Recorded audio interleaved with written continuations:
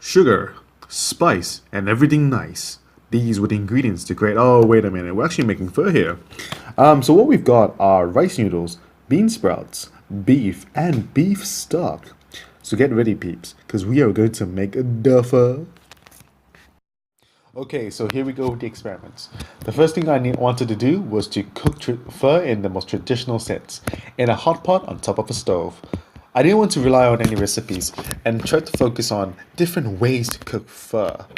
So, as such, I took other conventional cooking methods and applied them here, such as baking the pho, using 2-minute noodle techniques, and lastly, refrigerating the pho so that I could get cold pho. Once the cooking was done, I would move on to test the pho myself just to check the results out.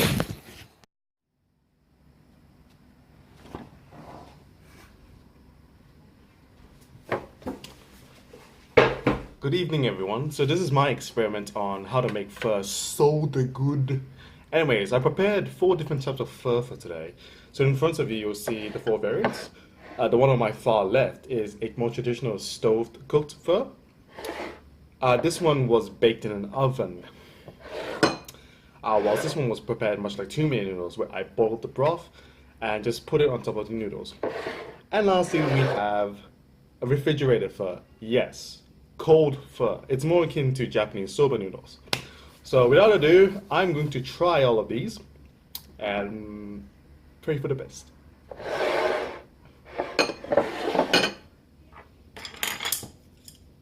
Itadakimasu.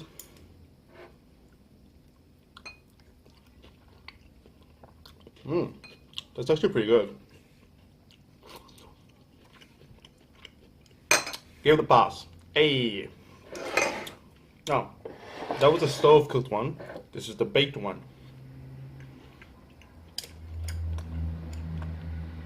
Let's just see how it differentiates.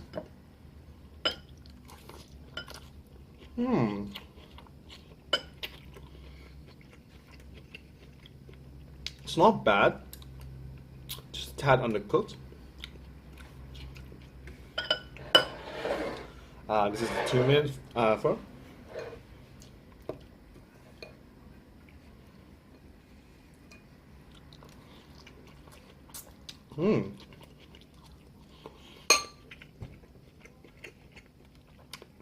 It's really similar to the stove cooked pho. And lastly, last but not least, the cold pho. Woo! Let's get this done tonight.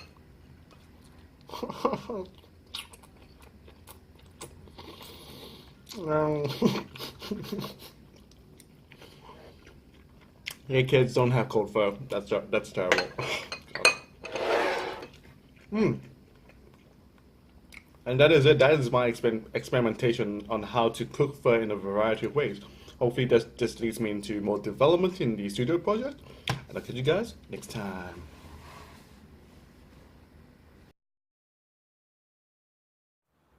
So I actually lied, and that was not the end of it.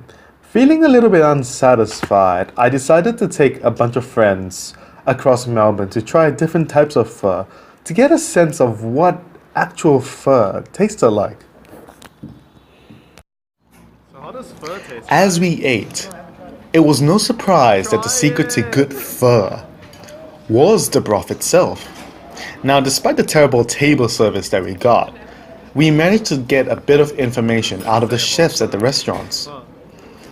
We were told that the broth was simmered for 8 hours at minimum in a hot pot over a stove to give you that delicious beef flavor that you find in pho. So good.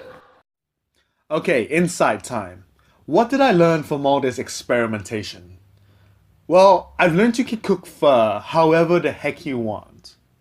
Yet, if you want the proper stuff, if you want the good stuff, you're gonna need a stove. You're gonna need a stove that can prepare pho and the broth that comes with it. As such, I believe the next question for me to ask is, how am I going to make a stove designed for street pho?